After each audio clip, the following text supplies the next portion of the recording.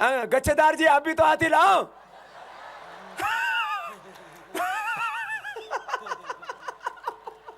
गच्छेदार जी ने भी हाथ उठा दिए, उनके लिए भी आशीर्वाद। तो कोई नहीं चढ़ाएगा। एक बार फिर से बोलिए पशुपतिनाथ भगवान की। हो, आपने तो संकल्प ले लिया और आपके साथ साथ करोड़ों भाई बहन टेलीविजन के माध्यम से देख रहे हैं, नेपाल के भी, बाकी दुनिया के तो अलग। अब नेपाल के सभी मंदिरों में यह आंदोलन चलना चाहिए, जो भी वहां पशु पंछी लेकर के आए चढ़ाने के लिए, उनको बोलो अब इन पशु पंछियों के ऊपर दया करो। ये भगवान बुद्ध की धरती है, जो दया के, प्रेम के, करुणा के सागर है। मेरे से बोलो बाबा जी आप भगवान बुद्ध के ऊपर बोलिए ना। मैंने कहा क्यों, गड़बड़ क्या हो गई? बोले कुछ लोग कहते हैं, भारत में कुछ लोग ऐसा प्रचारित कर रहे हैं कि भगवान बुद्ध भारत में पैदा हुए। मैंने कहा पहली बात तो यह है कि भारत और नेपाल का आपस में ये जो इस तरह की बातें करके हमारे मन में मनमुटाव नहीं होने चाहिए। यदि भगवान राम भारत में पैदा होते हैं तो सीता माता वो नेपाल में पैदा हुई है। वो नेपाल हमारा आमा को घर हो। हाँ, एक मेरे से बोला बाबा जी आप नेपाल से इतना प्यार क्यों करते हैं और दुनिया के दूसरे देशों से भारत को छोड़ के आप इतनी ज्यादा मोहब्बत, इतनी ज्यादा माया, इतना ज्यादा प्रेम नहीं करते? मैंने कहा ये नेपाल हमारी माता जी का घर है, सीता माता जी है ना, और माता जी के घर में हम क्या हो गए? नाना का, मामा का घर हो गया ना, तो हम तो भांजे हो गए। तो सभी जितने भी मेरे बैठे हैं मामा मामी और नाना नानी, एक ये माता सीता की संस्कृति को मानने वाले हैं। और ये नेपाल देश, मैं योग का साधक हूं और पूरी दुनिया को योग की शरण में लाना चाहता हूं। और योग के शिखर पुरुष, योग के जो आइकॉन हैं वो भगवान बुद्ध, वो इस माटी से पैदा हुए हैं, नेपाल की माटी से। वो संपूर्ण नेपालियों का गौरव है और नेपाल का गौरव होने के साथ साथ भगवान बुद्ध पूरे विश्व का गौरव है। वो भारत का भी गौरव, वो मेरा भी गौरव, वो आपका भी गौरव। क्योंकि महापुरुष किसी एक स्थान में पैदा होते हैं जरूर, और वहां के स्थानीय निवासियों को, देशवासियों के उन पर गर्व होना चाहिए। लेकिन इसके साथ साथ यह भी मत भूलो कि वो केवल हमारे ही नहीं, माता सीता हो, भगवान बुद्ध हो, गुरु गोरक्षनाथ जो योग के, इस हठ योग की परंपरा के जो आदि प्रवर्तक हैं, जिसके सारे आसन प्राणायाम आप कर रहे हैं, तो योग की परंपरा का कोई मूल देश है, मूल स्रोत है, तो उसमें एक बहुत बड़ा स्रोत नेपाल से होकर के पूरी दुनिया में जाता है। तो आप तो योगियों के देश में रहते हो, योगी हो आप, उनके ऊपर गौरव होना चाहिए। लेकिन यह भी तो सुनो, भगवान बुद्ध ने तो अहिंसा का उपदेश दिया था। अब संकल्प लें कि इस देश में हम धर्म के नाम पर, भगवान के नाम पर हम हिंसा नहीं करेंगे, बलि नहीं करेंगे, चढ़ाएंगे मंदिरों में, और जो बलि चढ़ाने आएंगे उन जीव जंतुओं को छुड़ाएंगे और उनको कहेंगे लो ये 5 फल ले लो, ये 5 फूल ले लो, ये भगवान जी के ऊपर चढ़ाओ, इससे भगवान प्रसन्न होते हैं। ये जो, नहीं तो देख लो, इस देश में खून खराबा बंद करना चाहते हो ना, मंदिरों में जितना खून चढ़ाओगे उतना देश में खून बहेगा। ये और सुन लो, यदि इस देश को शांति और समृद्धि के रास्ते पर लाना चाहते हो, जहां कत्ल होते हैं जीवों के, निर्दोष प्राणियों के खून बहते हैं, उस देश में कभी भी शांति और समृद्धि नहीं आ सकती। इसलिए आप सच्चे अर्थों में नेपाल में शांति और समृद्धि लाना चाहते हो तो कम से कम धर्म के नाम पर तो अधर्म मत करो। चलो अनुलोम विलोम करो, दिमाग ठीक होगा तो सब कुछ ठीक हो जाएगा। यह अनुलोम विलोम तुम्हारा खोपड़ा ठीक करता है।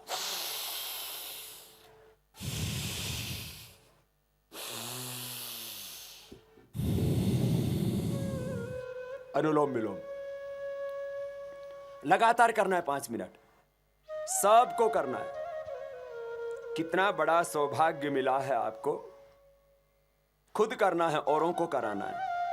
इस अपने जीवन में जो असुरत्व है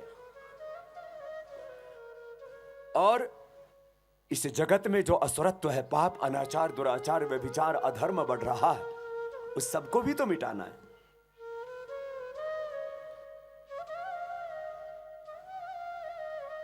अज्ञान से हम कुछ गलत परंपराओं को बढ़ाने लगते हैं। जैसे अभी आपको हमने कहा, धर्म के नाम पर हम अधर्म कर देते हैं यदि बलि चढ़ाते जीवों की। इसी तरह से जाति, केवल मनुष्य की एक जाति है। अनुलोम विलोम प्राणायाम करते रहिए, इसके लाभ तो पाने ही। जाति केवल एक मनुष्य की, बाकी ये जाति पात के बंधन तोड़ने हैं। मंदिर, मस्जिद, गिरजाघर में बांट दिया भगवान को। अनुलोम विलोम करो और इस प्रार्थना के साथ, मंदिर, मस्जिद, गिरजाघर में बांट दिया भगवान को, धरती बाटी सागर बांटे, मत बांटो इंसान को। अब प्रेम और मोहब्बत के साथ हमको आगे बढ़ना है। अनुलोम विलोम रुकना नहीं है किसी को भी, प्रार्थना के साथ करना है। हाँ,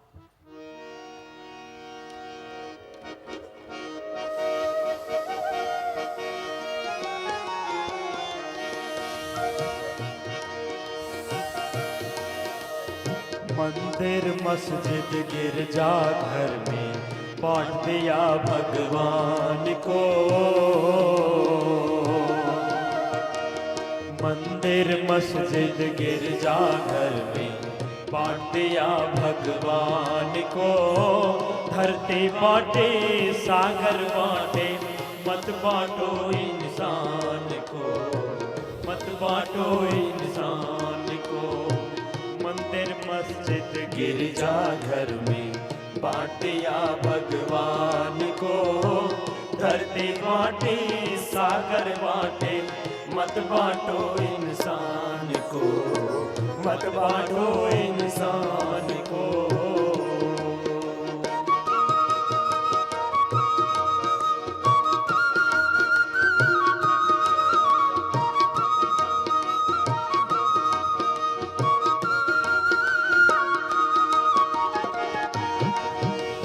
राष्ट्र धर्म सर्वोपरि मेरा, वंदे मातरम गीत मेरा। राष्ट्र धर्म सर्वोपरि मेरा, वंदे मातरम गीत मेरा।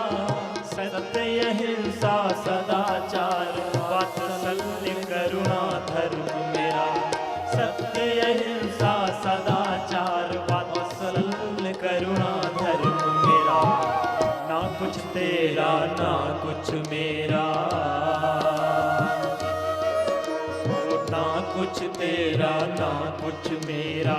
पाए इस वरदान को, धरती बांटी सागर बांटे, मत बांटो इंसान को, मत बांटो इंसान को। मंदिर, मस्जिद, गिरजा घर में बांट दिया भगवान को। धरती बांटे, सागर बांटे, मत बांटो इंसान को, मत बांटो इंसान को।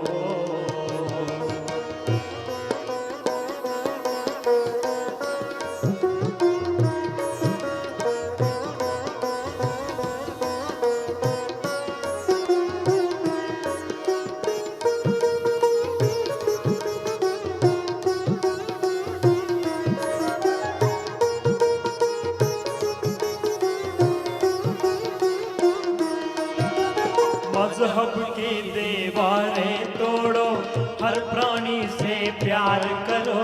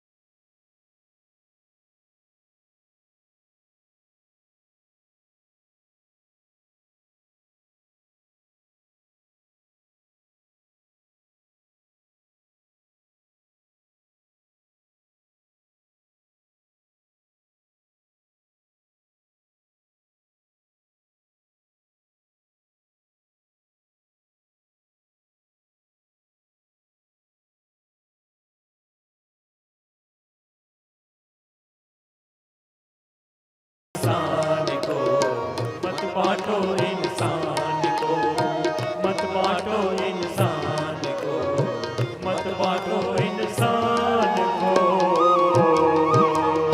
बोलिए सच्चिदानंद नंद भगवान की जय, पशुपतिनाथ भगवान की जय, भारत माता की जय, नेपाल हमको।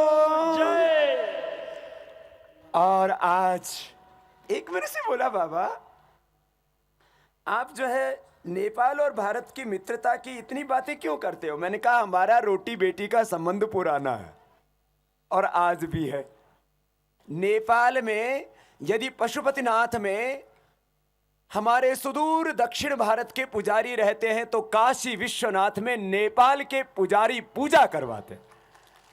दोनों प्रसिद्ध मंदिर हैं, एक दूसरे के साथ धर्म का, आत्मा का, रोटी बेटी का और संस्कृति का, अध्यात्म का एक बहुत गहरा रिश्ता है। दोनों देशों की स्वतंत्र सीमाएं होते हुए भी दोनों देशों की आत्मा एक है, विचार एक है, संस्कृति एक है, आध्यात्मिक चिंतन एक है, योग एक, और दोनों देशों के आदर्श महापुरुष भी एक है। राम हो, कृष्ण हो, बुद्ध हो, महावीर हो, सब गुरु गोरक्षनाथ हो, भगवान शिव हो, आराध्य भी हम सबके एक है। इसलिए यहां कोई भेद है ही नहीं। दोनों हाथ सामने खोल लीजिए। दोनों देशों में ये प्यार मोहब्बत और बढ़ना चाहिए। कल तो मैंने राजनेताओं को भी कहा, मैंने कहा देखो आप लोग जब टीवी पर मीडिया में बातें करते हो ना, तो राजनीतिक जो तुम्हारे मतभेद हैं उनकी बातें क्या करो, और एक बात कहा करो पहले कि हम भारत और नेपाल की जनता के बीच में नफरत की आग नहीं पैदा करना चाहते। भारत और नेपाल की जनता एक दूसरे से प्यार करती है ना, उसके बीच में तुम रोड़ा क्यों अटकाते हो भाई? तो बोले बाबा जी हम नहीं अटकाना चाहते, हमारी बातें ना गलत तरीके से ले ली जाती है। तो मैंने कहा पहले अच्छी बात कहा करो कि नेपाल और भारत की जनता एक है। हम राजनेताओं में आपस में संधियों को लेकर के कुछ मतभेद है, बस उतना कहा करो। मैं चाहता हूं जब तक ये धरती और आसमान रहे तब तक भारत और नेपाल की मैत्री अमर रहनी चाहिए, वो अखंड रहनी चाहिए और निरंतर बढ़नी चाहिए। हाँ? समस्याओं का समाधान वो राजनयिक स्तर पर होना चाहिए, राजनीतिक स्तर पर, सामाजिक स्तर पर नहीं होना चाहिए किसी भी तरह का मतभेद। कितना विश्वास है दोनों देशों में। कोई सोच सकता है कि नेपाल के करीब 30,000 सैनिक भारत की सीमाओं की रक्षा करते आंतरिक सुरक्षा में लगे हुए हैं? इतना बड़ा भरोसा, करीब 30,000 सैनिक। और जो पूर्व सैनिक हैं उनको करीब करीब साल भर में, और जो पूर्व यहाँ के नेपाल के ऐसे नागरिक जो भारत में सेवाएं देते थे उनको पेंशन आदि के रूप में हर वर्ष करीब 1,000 करोड़ रुपए इधर मिलता है। एक दूसरे देश का संबंध बिल्कुल अलग है। और मैं चाहता हूं अभी करीब जो है 30 बिलियन के प्रोजेक्ट इधर कहते हैं चलते हैं। मैं तो चाहता हूं यहां पर इतना विद्युत का उत्पादन किया जाए, मैंने पहले भी बोला था, यहां इतने जल संसाधन हैं उनका ठीक से उपयोग किया जाए तो 25-50 हजार मेगावाट बिजलियां पैदा कर सकते हैं। उससे नेपाल की सारी दरिद्रता, गरीबी दूर हो सकती है और सारे नेपाल में उजाला और भारत में भी उजाला आ सकता है। करीब 1 लाख मेगावाट चाहिए बिजली भारत को, पूर्ति करो ना। आपस में संबंध बढ़ाओ, प्रेम के, सुख के, समृद्धि के, शांति के। देखो हर बात में आप एक दूसरे के साथ जुड़े हुए हो और ये जुड़ाव जो है एक दूसरे की स्वतंत्रता, एकता, अखंडता में बाधा नहीं बल्कि उस स्वतंत्रता को, एकता, अखंडता, समृद्धि को बढ़ाने वाला होना है और होना चाहिए।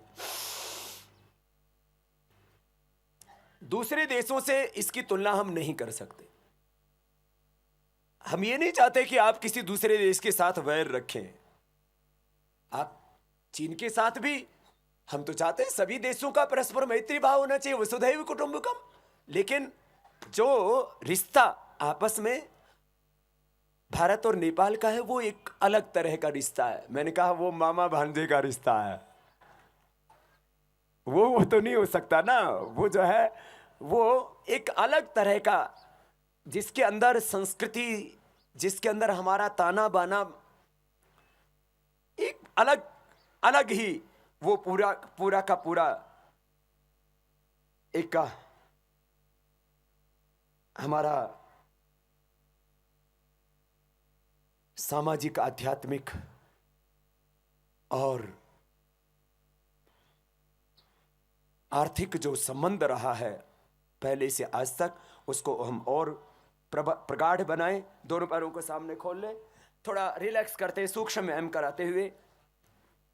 कल पतंजलि योगपीठ का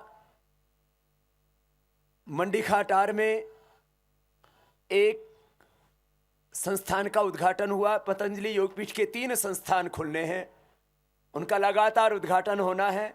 आज धूलीखेल में पतंजलि योगपीठ का उद्घाटन होने जा रहा है दोपहर को। माननीय प्रधानमंत्री जी उसका उद्घाटन कर रहे हैं और शांगजा की बालिंग की पावन धरती पर महामहिम राष्ट्रपति जी उसका उद्घाटन कर रहे हैं। अब पूरा नेपाल योगमय होगा और यहाँ की जड़ी बूटियों का भी सदुपयोग होगा, उससे स्वास्थ्य और समृद्धि की नई बयार आएगी यहाँ पर।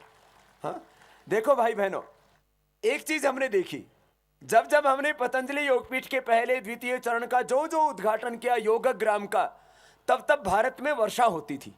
ये सबने देखा, टीवी पर उद्घाटन देखते हैं आप। और जब हमने मंडीखाटार में कल उद्घाटन किया तो वर्षा यहां भी हो गई बिना ही मौसम के। तो दोनों जगह जो शुभ संकेत है वो भी एक ही जैसे है। और जैसे योग और आयुर्वेद को लेकर के कोई विरोध भारत में नहीं है, सारी राजनीतिक पार्टियां एक मत है। ऐसे ही नेपाल में भी जितने भी राजनीतिक दल हों, उनके एजेंडे और झंडे अलग अलग हों चाहे, लेकिन योग के एजेंडे के ऊपर सारी राजनीतिक पार्टियां एक है। और मैं तो चाहता हूं बहुत जल्दी ही योग प्राइवेट इंस्टीट्यूशंस जो स्कूल हैं, प्राइवेट स्कूल उन्होंने तो चालू कर दिया है। सरकारी स्तर पर बहुत जल्दी ही योग जो है वो विद्यालयों में भी लागू होना चाहिए। अच्छा है, उससे बच्चे चरित्रवान बनेंगे, बलवान बनेंगे, बुद्धिमान बनेंगे, एकाग्र बनेंगे, नशा वासना से दूर रहेंगे। गोल गोल घुमाओ जरा। योग और आयुर्वेद को लेकर के हमने व्यापक योजनाएं तैयार की हैं। बहुत जल्दी ही वो सारी योजनाएं मूर्त रूप लेंगी और नेपाल में एक योग और आयुर्वेद के क्षेत्र में भी एक आदर्श राष्ट्र बनेगा। स्वास्थ्य और समृद्धि के एक नए युग का सूत्रपात यहां से होगा। थोड़ा सूक्ष्म व्यायाम आपसे करवा रहे थे। इस पूरी श्रृंखला में हमारे कुछ भाइयों ने इसमें 11-11 लाख रुपए का योगदान दिया है।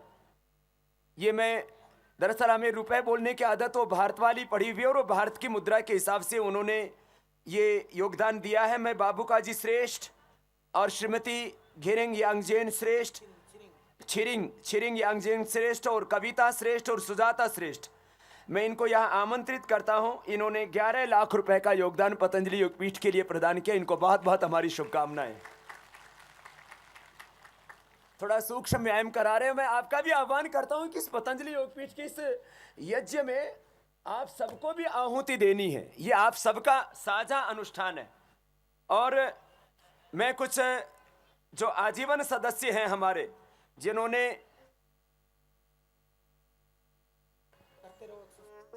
सूक्ष्म व्यायाम आपसे करवा रहे थे, मृगेंद्र बहादुर, श्रीमती सुषमा प्रधान, रमेश सापड़िया जी, रामावतार गोयल जी, ध्रुव थापा जी, कमल जैन जी, उदय नारायण यादव, राम नारायण यादव, रत्ना जोशी, इन सब ने 1-1 लाख रुपए का योगदान अर्थात 1,60,000 रुपए का योगदान इन्होंने इसमें प्रदान किया। इन सबको एक बार बहुत बहुत आशीर्वाद। सूक्ष्म व्यायाम कराते हुए एक बार हम अपने इन सहयोगियों को भी आशीर्वाद दे रहे थे और आजीवन सदस्यों को मैंने आमंत्रित किया और कॉर्पोरेट मेंबर हमारे जो आज बने हैं भाई श्रेष्ठ जी को एक बार सभी मेंबर्स के लिए पूरे योगपीठ परिवार की ओर से बहुत बहुत शुभकामनाएं, जिन्होंने अपनी आहुतियां देकर के इस यज्ञ को आगे बढ़ाया है। और हमारे पूरा हमारा भाई बाबूका जी श्रेष्ठ जी का ये परिवार जो रात दिन इस सेवा में लगा हुआ है। मैंने थोड़ा बीच में आपको विश्राम दिया। दोनों बेटियों को बहुत बहुत आशीर्वाद, कविता, सुजाता को।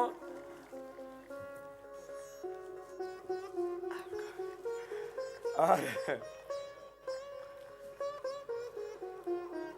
यहाँ पर ये अंग वस्त्र देने की सांस्कृतिक परंपरा है। बड़ा अच्छा लगता है ये भी। हाँ, लेकिन ये बाबा जी लाल वाले के ऊपर सफेद वाले पर जो दे दिया है। और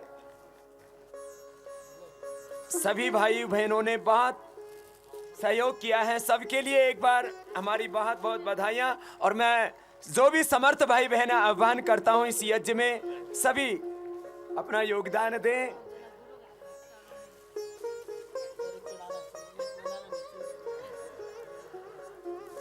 बहुत बहुत आशीर्वाद बहन।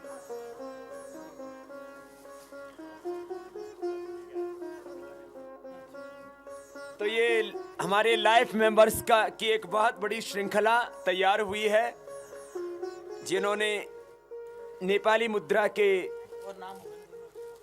अनुसार 1,60,60,000 रुपए का योगदान दिया। सबके लिए हम साधुवाद देते हैं।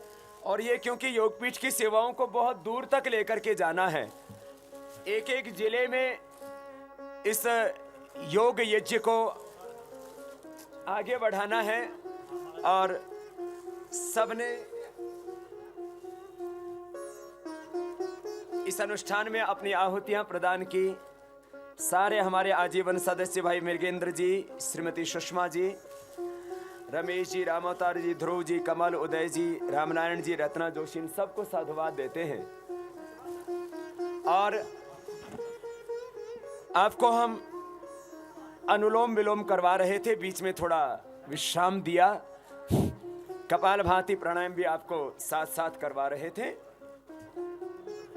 और जैसे भारत में हमारे सभी एक्टर और एक्टर्स, अभिनेता अभिनेत्रियां, भाई अमिताभ बच्चन से लेकर के हेमा मालिनी से और जो है तमाम हमारे अभिनेता और अभिनेत्रियां भारत में योग करते हैं, उसी तरह से हमारे यहाँ के भी भाई भुवन केसी जी, झरना थापा और रेखा थापा आदि, ये भी सभी अभिनेता और अभिनेत्रियां योग में हो रहे हैं और हर दिन कपालभाति अनुलोम विलोम का अभ्यास करते हैं। इनको भी हमारे बहुत बहुत आशीर्वाद है कि सभी योगी बने।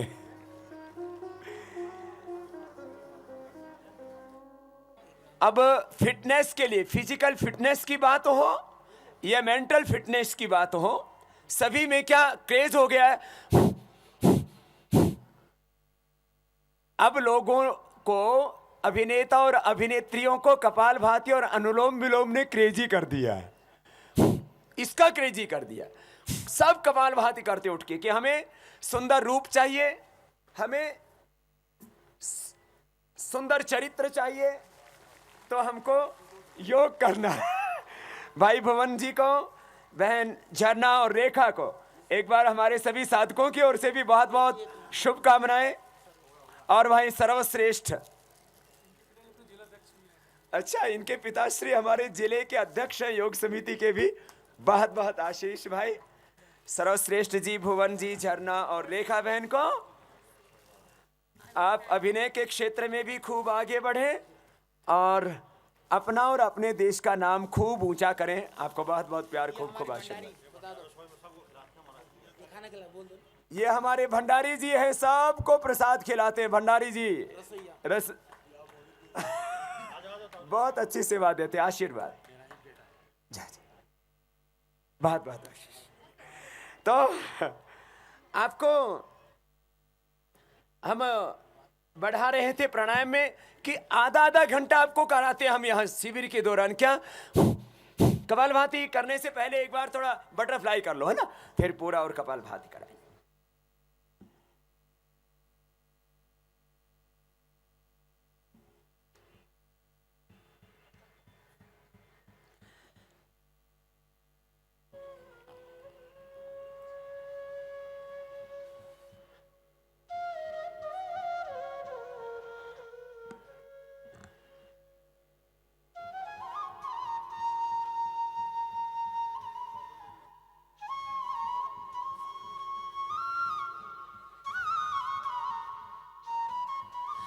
तो हर दिन आपको कपालभाति और अनुलोम विलोम ये 2 प्राणायाम तो 15-15 मिनट करने ही करने हैं, और भस्त्रिका 5 मिनट। देखो ये कम किया जाता है।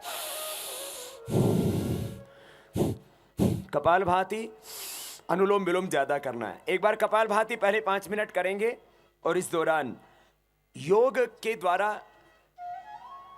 खुद को कंसंट्रेट करेंगे। कपालभाति 5 मिनट लगातार करना है।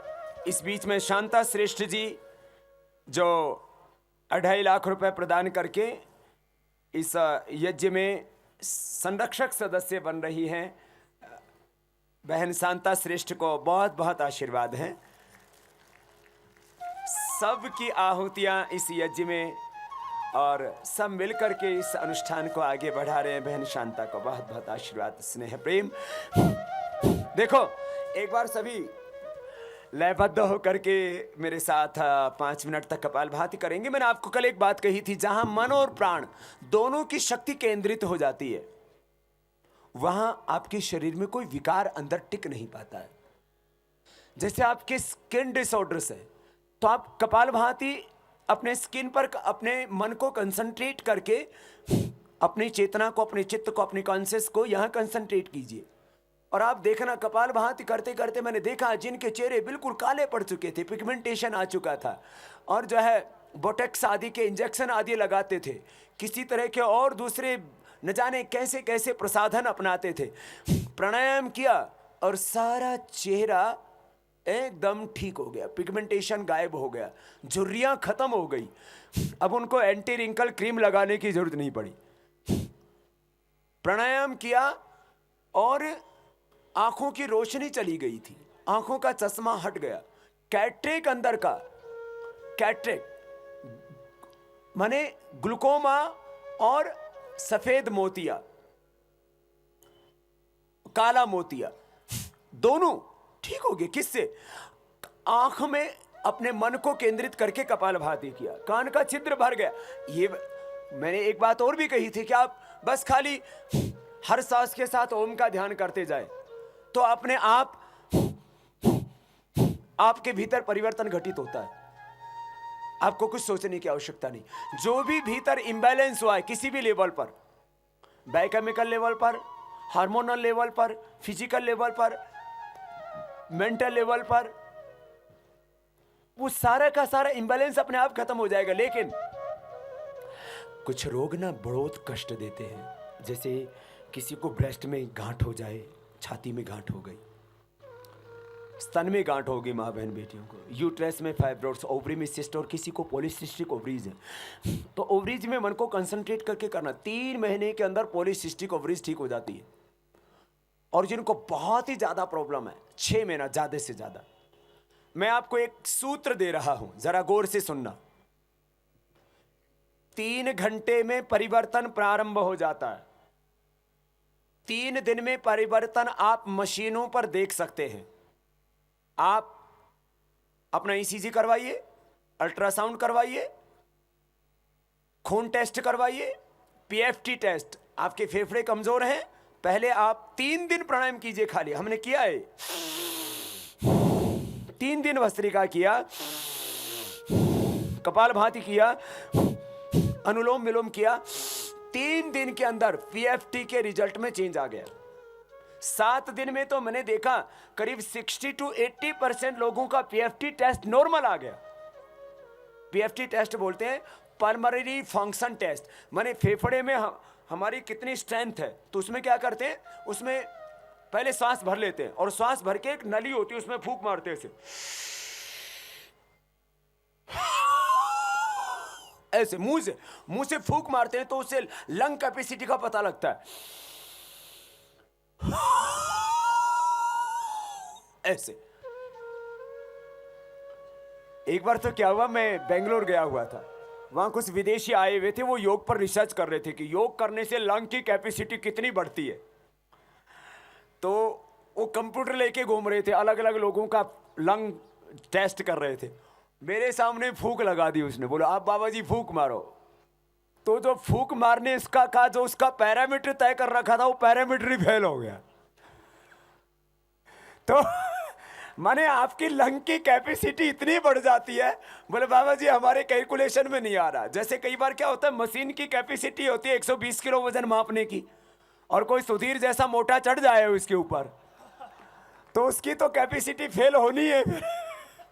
तो ऐसे ही आपकी प्राणायाम के करने से लंग कैपेसिटी बढ़ जाती है। हाँ, आपकी सारी शरीर की इनर स्ट्रेंथ, इम्यून सिस्टम बहुत स्ट्रांग हो जाता है। मैं कह रहा था, एक बात गौर से सुनना जरा, अनुलोम विलोम कर लो, कपालभाति करते करते फिर थक गए होंगे। प्राणायाम में 3 दिन में परिवर्तन प्रारंभ। लोग पूछते हैं ना बाबा कितने जल्दी अच्छा हो जाऊंगा, कितना जल्दी लाभ होगा। 3 दिन में परिवर्तन, ट्रांसफॉर्मेशन प्रारंभ हो जाएगा।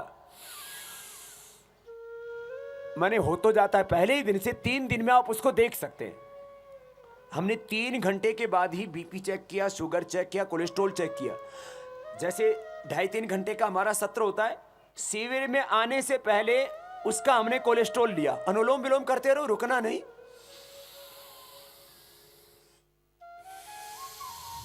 5 मिनट तक लगातार करना।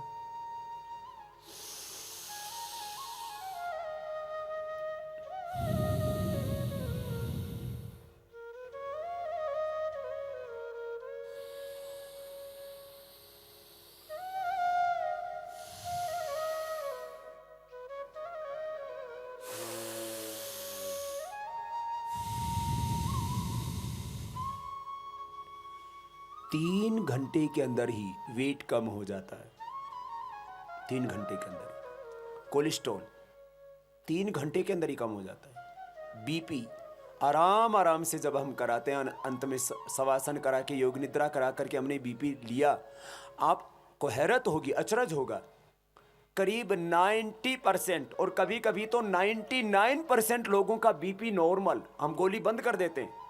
आपको एक खास बात बता रहा हूं, जब हम हरिद्वार में रेसिडेंशियल कैंप करते हैं तो मैक्सिमम लोगों की हम गोलियां बंद कर देते हैं, ये पता लगाने के लिए कि फायदा योग से हो रहा है या और किसी चीज से। अब गोली खा रहा है तो कैसे पता लगेगा योग के फायदे का?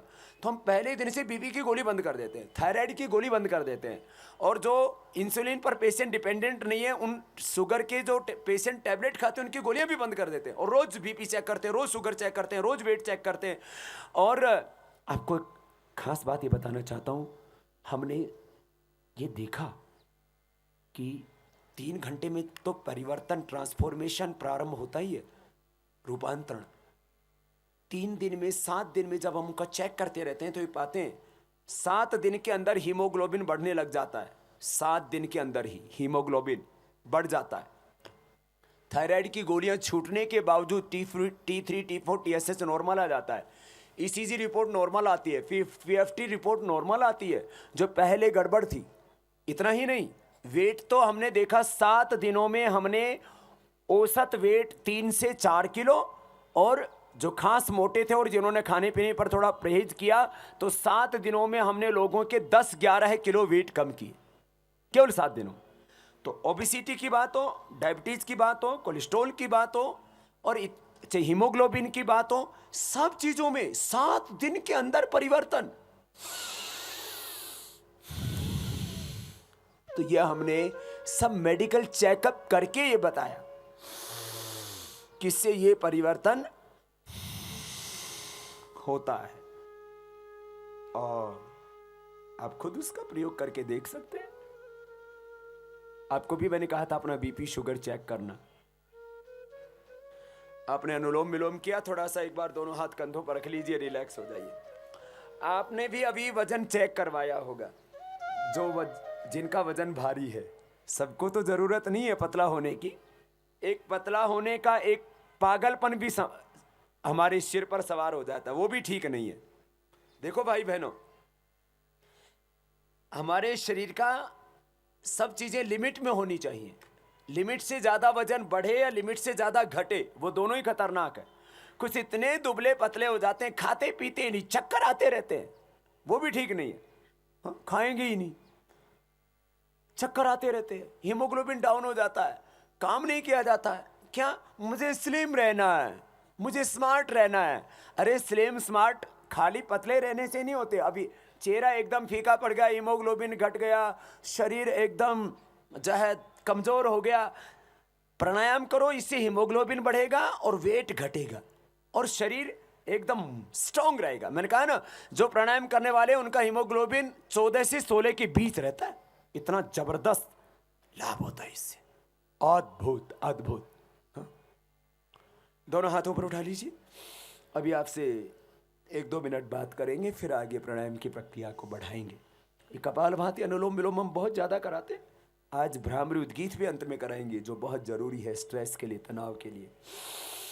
देखो,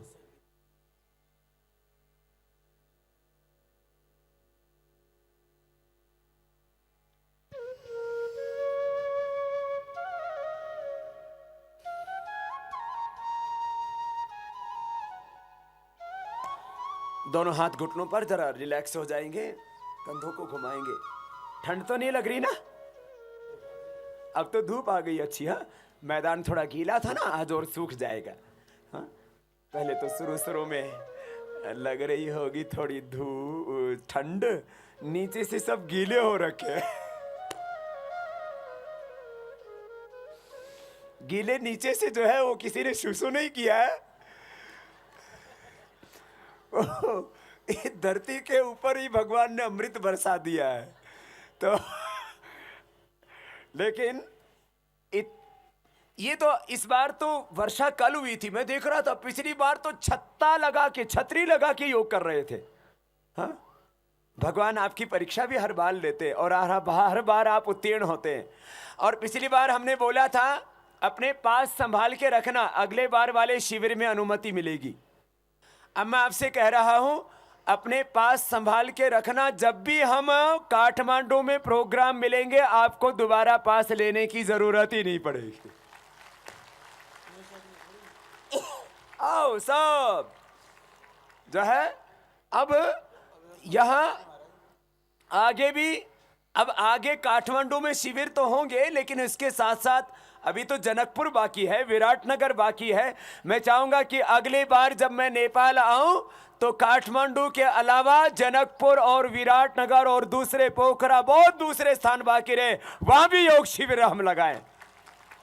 हाँ, काठमांडू तो ठीक है, केंद्र में है ही, लेकिन इसको आगे भी तो लेके जाना। तो कपालभाति आज पूरा करवा देते, 2-3 मिनट में पूरा हो जाएगा ना। फिर आगे बढ़ना है।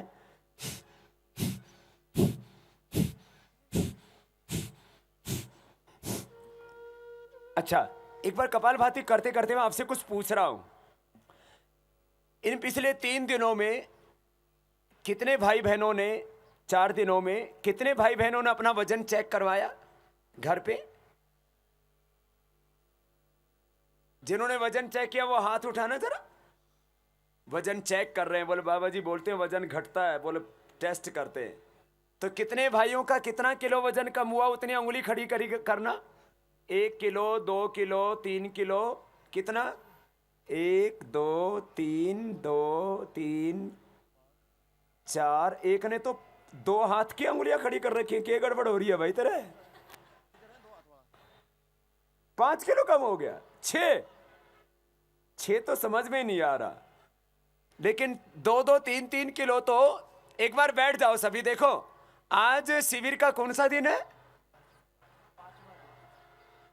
5वां दिन है। ओ, कब बीत गए 4 दिन, 5 दिन पता ही नहीं लगा। 4 दिन हो गए, आज 5वां दिन चल रहा है। आज का तो वजन घर जाके पता लगेगा। इन 4 दिनों में जिनका 3 और 4 किलो वेट कम हुआ है, वो जरा खड़े होना। 3 किलो या 4 किलो? हाँ? एक तो बहन भाई इधर ही बैठे। अच्छा, जिनका 3 और 4 किलो कम हुआ है वो हाथ ही लाना खड़े होके। 3 दिन में, 3-4 दिन में 3 और 4 किलो कम हो गया। 1 2 3 4 5 6 7 8 9 10 15 तो मेरे सामने ही खड़े हुए। हाँ? और हाथ हिलाएंगे। पीछे वाले भी जरा दूर हैं, वो भी हिला रहे हैं दूर दूर से ही, कुछ बैठे बैठे। कितना कम हो गया? 3-4 दिनों में 3-4 किलो वेट कम हो गया। बाबा, ये भी होता है? कपालभाति करना पड़ता है और थोड़ा सा आहार पर कंट्रोल। बैठ जाइए। ये तो एक एक से पूछे तो बहुत लंबी प्रक्रिया है। मैंने कहा था कुछ इंस्टेंट बेनिफिट्स, ये है तुरंत लाभ। 3-4 दिन में हीमोग्लोबिन बढ़ने लगता है, इंस्टेंट बेनिफिट्स हैं। और कुछ लाभ लंबे समय प्रैक्टिस करने से मिलेंगे। रोग ज्यादा बढ़ा हुआ है तो आप आयुर्वेद का थोड़ा प्रयोग कर सकते हैं। कल व्यवधान हुआ था वर्षा के कारण से, आज वो व्यवधान नहीं होगा। भगवान ने आज मौसम बहुत साफ कर दिया है। तो कपालभाति अनुलोम विलोम आपसे पूरा करवा दिया। आइए अब पहले उंगली माथे पर रखेंगे सभी, 5 बार भ्रामरी, 5 बार उद्गीत, और उसके बाद में आज एक विशेष संदेश के साथ समापन होगा।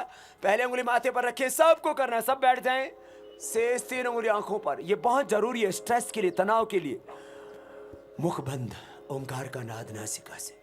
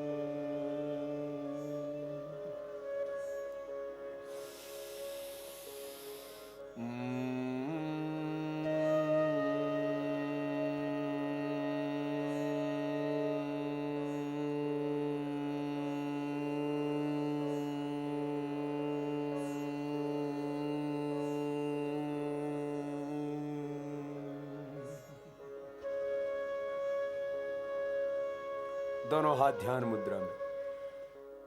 अपने चित्त को, मन को आज्ञा चक्र में, हृदय आदि में केंद्रित करके धारणा के साथ ध्यान, श्वासों को भीतर गहरा भरते हैं। पावन ओम शब्द के उच्चारण के साथ भगवती शक्ति का आह्वान करते हैं।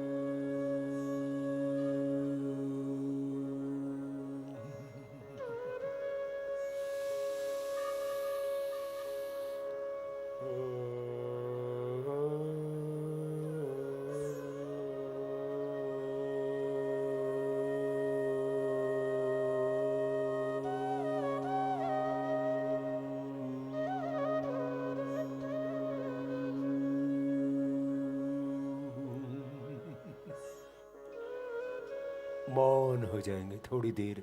ध्यान, दोनों हाथ घुटनों पर ही सीधे, आंखें बंद, मन सहज। दोनों हाथ घुटनों पर ही रखें ध्यान मुद्रा में।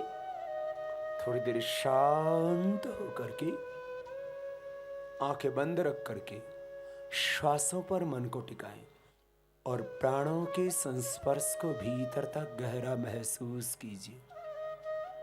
और ये प्राण जिस अज्ञात शक्ति से चल रहे हैं, उस भगवान के प्रति कृतज्ञता का भाव।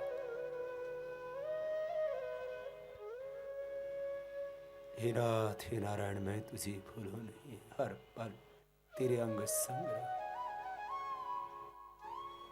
आंखों में देखने का सामर्थ्य वही भगवान दे रहा है, यह एहसास सदा रहे। और देखने वाला, दिखने वाला, दिखाने वाला वही तो है। सब स्वरूपों में ब्रह्म स्वरूप का दर्शन। ओम खम ब्रह्म ईशावास्यमिदं सर्वम, ईशावास्यमिदं सर्वम स ओतश्च प्रोतश्च प्रजास। सिया राम मैं सब जग जानी, वासुदेव सर्वम। सब रूपों में ब्रह्म रूप का दर्शन। सब ध्वनियों के पीछे ब्रह्म का नाद प्रतिध्वनित हो, वही सब जगह निनाद हो रहा।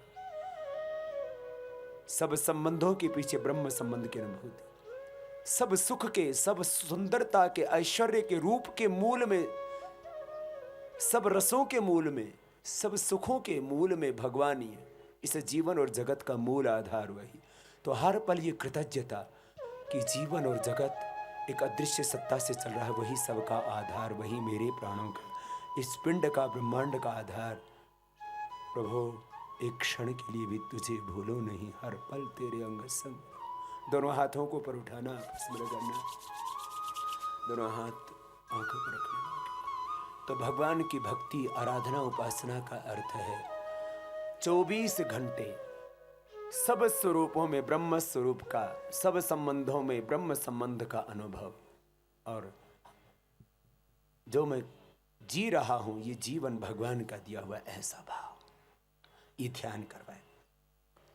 आज अभी जाते जाते आपको कुछ जीवन से जुड़ी हुई छोटी छोटी बातें बताते हैं। दिनचर्या, समय प्रबंधन, जरा गौर से सुनना। श्रद्धाचार्य श्री इस बारे में आपको वैसे बहुत बार बताते हैं कि 16 श्रृंगारों के ऊपर एक दिन आचार्य श्री ने बोला था। 16 श्रृंगार क्या है, उसके पीछे की वैज्ञानिकता क्या है। आचार्य श्री ने यह भी बताया दिनचर्या कैसी होनी चाहिए, आहार हमारा कैसा होना चाहिए। देखो, आपको एक छोटी सी बात बता रहा हूं।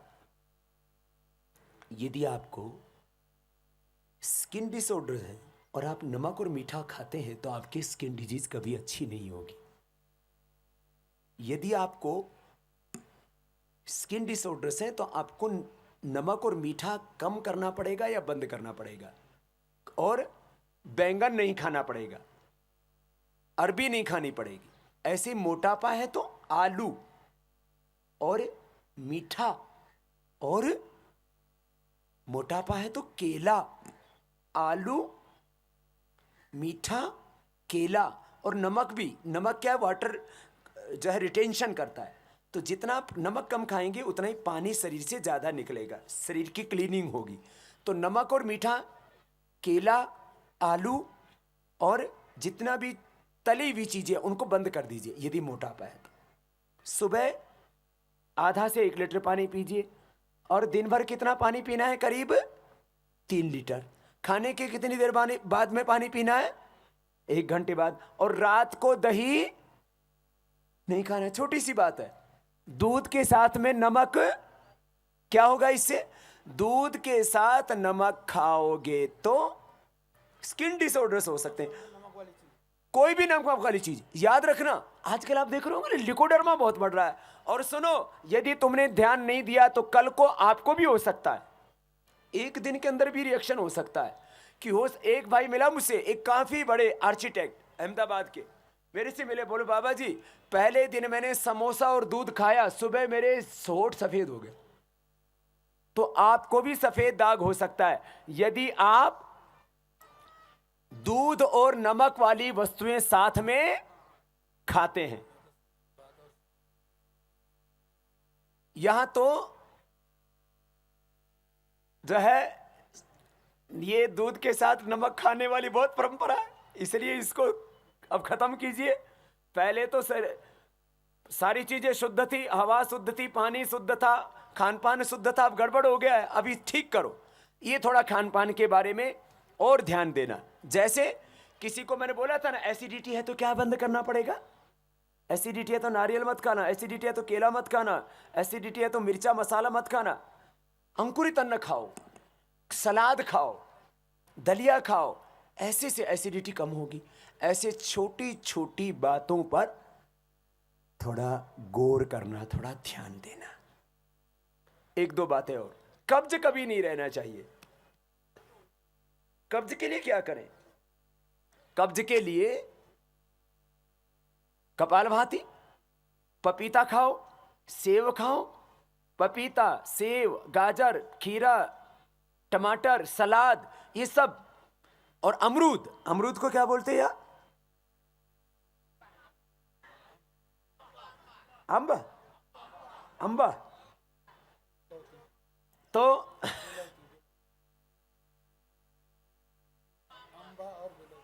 अंबा और बिलोती भी बोलते हैं। तो अमरूद, अमरूद का बीज नहीं चबाना, याद रखना, अमरूद का बीज नहीं चबाना, अमरूद ऐसे खाओ। तो अमरूद खाने से, पपीता खाने से, सेव खाने से, इससे, और सेव यहां अपने घरों आंगन में बाड़ी में बोया करो, अपने घर में ही छोटा सा जगह है तो उसमें भी पपीता बो सकते हैं, लौकी बो सकते हैं। तो पपीता अपने घर में बोया करो, लौका की बेल अपने घर में लगा दो तो बहुत हो जाता है। तो ऐसी चीजें खाने की आदत बनाओ। और ऊंची ऊंची पहाड़ियों पर इधर सेव भी अच्छा हो सकता है, अभी कम बोते हैं शायद, जहां होता है वहां तो होता है। और बढ़ा अच्छी चीजें खाने की आदत डालो। सुनो, एक दो चीजें और बता करके आज, एक तो मैं चाहता हूं कि आप यहां से जाने के बाद ऐसा नहीं कि फिर आप अकेले योग करते रहें, अपने घर परिवार को करवाएं। और आप में से जो योग टीचर बनना चाहते हैं, कितने ऐसे भाई बहन हैं जो 1 से 2 घंटा सुबह सुबह का समय इस योग की सेवा में देना चाहते हैं? वो जरा खड़े होना, जो योग टीचर बनकर, यानी 2 घंटा का सुबह का समय कि हमको दूसरों को योग सिखाने के लिए देना है, खड़े हो जाना जरा। और एक बार इनका अभिनंदन। हाँ? जो दूसरों को योग सिखाने के लिए अपना वक्त देना चाहते हैं, सुबह का 2 घंटे का समय सेवा में देना चाहते हैं, खड़े होना। अरे तो बहुत है, एक बार जरा जोरदार अभिनंदन हमारे इन भाई बहनों का। 2-2 घंटे का समय, खड़े रहो खड़े रहो। कुछ तो विचार कर रहे हैं आपको देख देख के कि हमें भी थोड़ा तो समय देना चाहिए। अरे सुबह सुबह क्या करोगे? सुबह सुबह कोई पिक्चर देखने जाओगे? सुबह सुबह है कहां जाओगे बताओ? सुबह सुबह सोओगे, सोना समय खोना है। सुबह सुबह उठो और दूसरों को उठाओ, सबको योग कराओ इस काम में। तो देखो भाई बहनों, हम चाहते हैं कि इस शिविर के बाद में हमें हजारों योग शिक्षक, वो तो मिल ही गए, और मिले, और पूरा नेपाल योगमय हो जाए। हर गली में, हर गांव में, हर मोहल्ले में योग की कक्षा, फ्री योग क्लासेज, पूरा नेपाल योग में। तो आपको योग शिक्षक जो पहले से हैं उनको तो ये सेवा करनी ही है। जो नए भाई बहन इस योग सेवा से जुड़ना चाहते हैं वे फॉर्म ले लेंगे और इस फॉर्म भर के जमा करेंगे। आज जाने से पहले मैं, बहन बहुत सुंदर, हाँ, जिन्होंने प्रार्थना बोली आज यहाँ, और अभी मैं उनको कहूंगा कि जाते समय एक भजन और, बहन आनी चोइंग डोलमा जी, आजा आजा आजा। और सिंहासन हास्यासन तो बाद में करना ही है ना, चलो खड़े होकर के गा लो, गा भी लो, जिनको नाचना है वो नाच भी लो, योग नृत्य योग कर लो। तो खूब झूमते हुए आनंद से एक्यूप्रेशर, ये तो हमारे उपचार का एक हिस्सा ही है ना। तो नेपाली थोड़ा ध्यान से सुनो तो हिंदी वालों को भी समझ में आ जाती है। अब करने को यहाँ पर करना बोलते हैं, है को यहाँ पर हमारे यहाँ भारत में भी छोच है, अलग अलग गुजराती में और कहीं कहीं हरियाणा में, राजस्थान में, ये थोड़ा बहुत तो मिलती जुलती भाषाएं हैं। तो बहन डोलमा जी जो बहुत सुंदर गाती हैं, वो भी भाव से गाएंगे, आप भी तालियों के साथ झूमते हुए आनंद से, मस्ती से, प्रसन्नता से गाएंगे। जय होस् तिम्रो मङ्गल होस्, जय होस् तिम्रो मङ्गल होस्, चित्त सधैँभरि कोमल होस्, चित्त सधैँभरि कोमल होस्, जय होस् तिम्रो मङ्गल होस्, जय होस् तिम्रो मङ्गल होस्, चित्त सधैँभरि कोमल होस्, चित्त सधैँभरि कोमल होस्।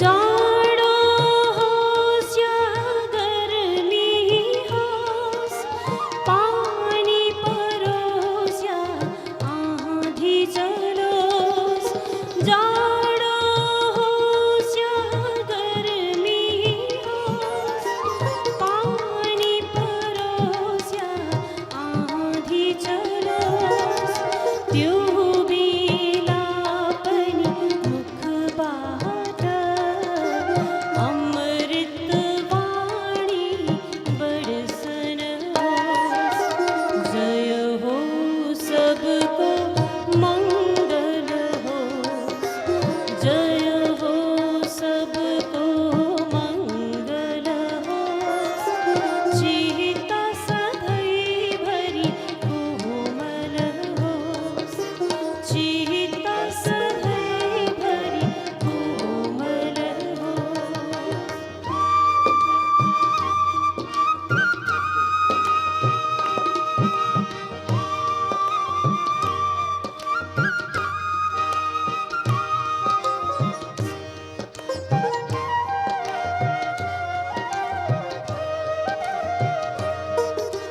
सुखको इच्छा यस्तो होस्, रति कसैमा दुःख नहोस्, सुखको इच्छा यस्तो होस्, रति कसैमा दुःख नहोस्, तिम्रो सुखमा घुलमिल भई मेरो मुख पनि उज्वल होस्, जय हो सबको मंगल होस्, जय हो सबको मंगल होस्, चित्त सधैँभरि कोमल होस्, चित्त सधैँभरि कोमल होस्,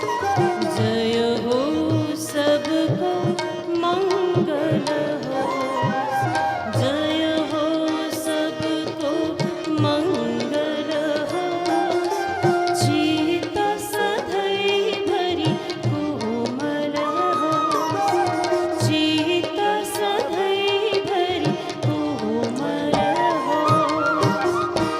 जय हो सबको मंगल होस्, तर चित्त सधैँभरि कोमल होस्। धन्यवाद। तो सबका चित्त कोमल हो, सबकी का मंगल हो की कामना के साथ बहन ने बहुत सुंदर प्रस्तुति दी। और हमारे भाई पुरुषोत्तम नौपानी भी एक जाते जाते अपना गीत गाना चाहते हैं, तो एक बार बहन का भी फिर से बहुत बहुत अभिनंदन, बहुत बहुत आशीर्वाद। और हमारे भाई पुरुषोत्तम नौपाने जी कुछ और गाना चाहते हैं। बाबू काजी श्रेष्ठ और राज शिव कोटी जो हमारे आजीवन सदस्य बन रहे हैं, जागेश्वर जादव, इन सब को भी हम श्रद्धा आचार्य से कहेंगे आशीर्वाद प्रदान करें। और भाई पुरुषोत्तम जी एक प्रस्तुति और हमारे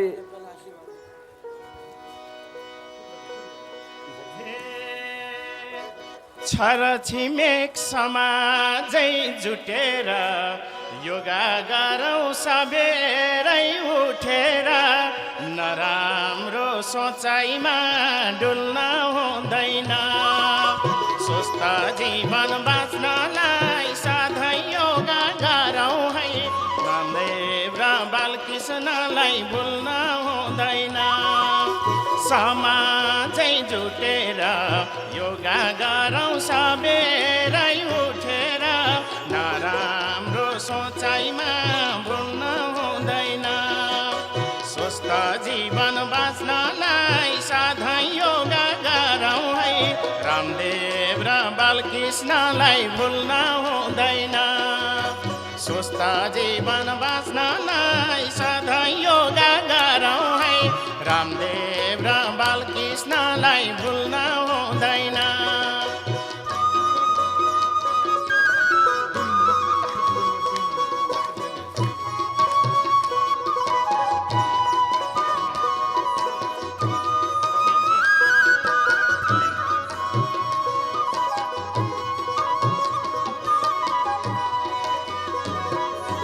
राष्ट्र धर्म स्वधर्म यो धर्म कहिल्यै पनि नगरौँ कुकर्म, राम्रो सोचाइमा डुल्न हुँदैन। स्वस्थ जीवन बाँच्नलाई सधैँ योगा गरौँ है, रामदेव र बालकृष्णलाई भुल्न हुँदैन।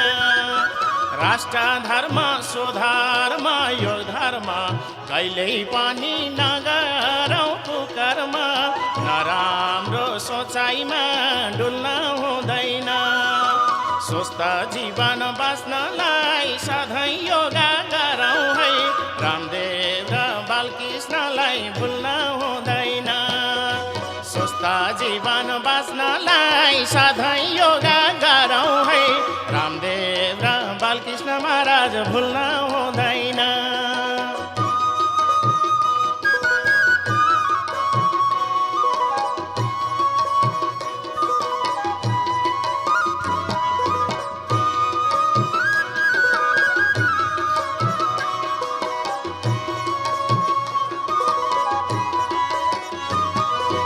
अब कहिल्यै नगरौँ हामीले भुल, पशु बलि त्यागेर चढाउँ फुल, नराम्रो सोचाइमा डुल्न हुँदैन। स्वस्थ जीवन बाँच्नलाई सधैँ योगा गरौँ है, रामदेव र बालकृष्ण महाराज भुल्न हुँदैन।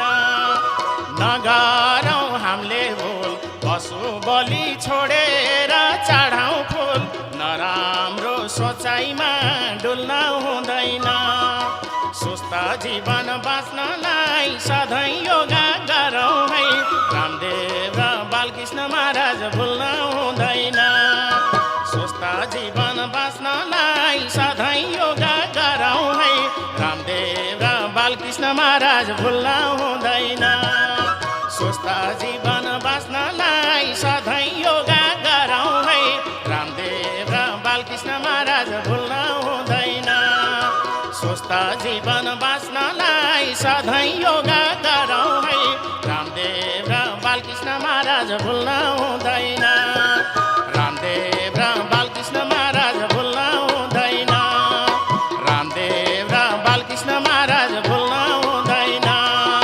रामदेव र बालकृष्ण महाराज भुल्न हुँदैन।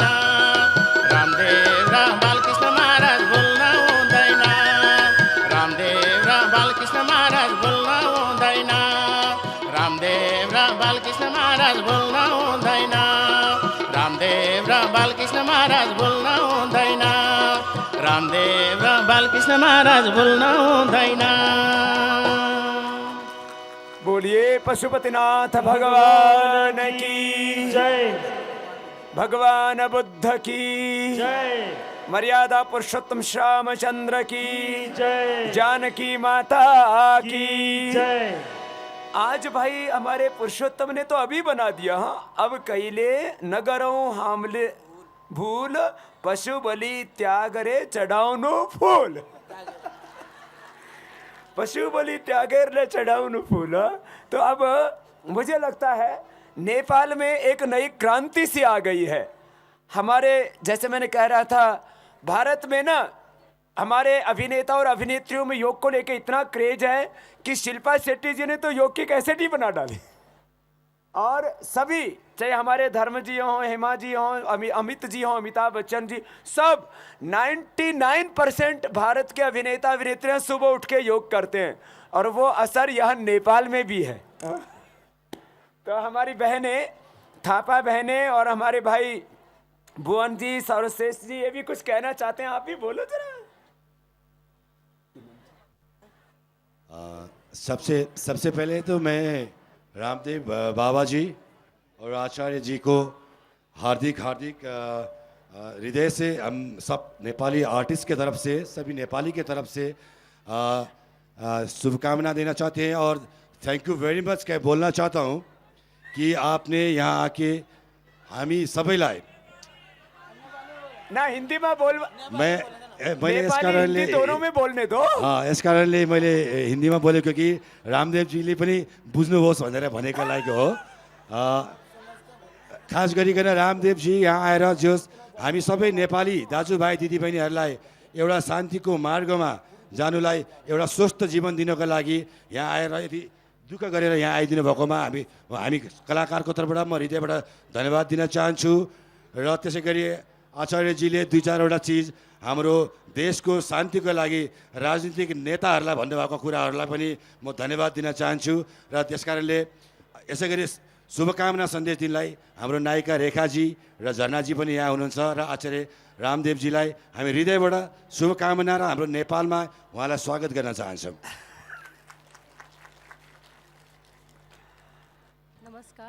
नमस्कार राम बाबा। बहुत बहुत आशीर्वाद। Thank you। दोनों ही थापा बहने। दीदी है मेरा। वो बड़ा है कि तुम बड़ा है? दीदी बड़ा। नमस्कार, यहाँ उपस्थित सम्पूर्ण योग शिविरमा पाल्नुभएका मेरो दर्शक भन्न चाहन्छु। दर्शक होइन, मेरो अभिभावकहरू हो तपाईँहरू। र तपाईँहरूले योग गर्नुहोस्, स्वस्थ बन्नुहोस्। र राम बाबाले एउटा नारा लाउनु भएको छ, स्वदेशी चिजलाई माया गरौँ, स्वदेशमा बनेका हरेक चिजलाई माया गरिदिनु होला भन्नुको मतलब बुझिरहनु भएको छ। उहाँले नै नारा निकाल्नु भएको छ, स्वदेशी चिजलाई माया गर्नु। नेपाली चलचित्रलाई पनि माया गरौँ हामी। योग सिक्नुहोस्, स्वास्थ्य बन्नुहोस् र नेपाली चलचित्र हेर्नुहोस् जसले तपाईँहरूलाई मनोरञ्जन दिन्छ र स्वास्थ्य रहनुहुन्छ। Thank you. स्वदेशी में उन्होंने स्वदेशी फिल्म लगा दिया, देखो। अब स्वदेशी फिल्म अच्छा बनाना, लेकिन हाँ तो फिर हम प्रमोशन करेंगे। सर्वप्रथम योग गुरु रामदेव बाबालाई कोटि कोटि प्रणाम छ र हाम्रो बालकिशोर गुरुदेवलाई पनि कोटि कोटि प्रणाम। र यहाँ उपस्थित हुनुभएका आदरणीय दाजुभाइ दिदीबहिनी, मेरो अभिभावकहरूलाई हार्दिक नमस्कार छ। र आज यहाँ उपस्थित हुन पाउँदा धेरै खुसी लागिरहेछ, एकदम आनन्दमय भइरहेछ। र सबैजनालाई रामदेव बाबाले भने जस्तै एकदम स्वस्थ रहनुहोस्, सधैँ योग गर्नुहोस्, पोजिटिभ सोचाइ सोच्नुहोस् भन्ने अनुरोध गर्न चाहन्छु। र पतञ्जलि योग पीठलाई धेरै धेरै शुभकामना छ र धेरै धेरै धन्यवाद छ। नेपाल आएर हामीहरूलाई चाहिँ सजग बनाएर आफ्नो स्वास्थ्य स्वस्थ रहनुपर्छ भन्ने चाहिँ जागरुक बनाउनु भयो। त्यस कारणले धेरै धेरै धन्यवाद। नमस्ते। और जाते जाते क्या करते हैं हर दिन आप? हास्यासन। जरा झूम के हाथ उठा करके ऐसे नहीं पूरा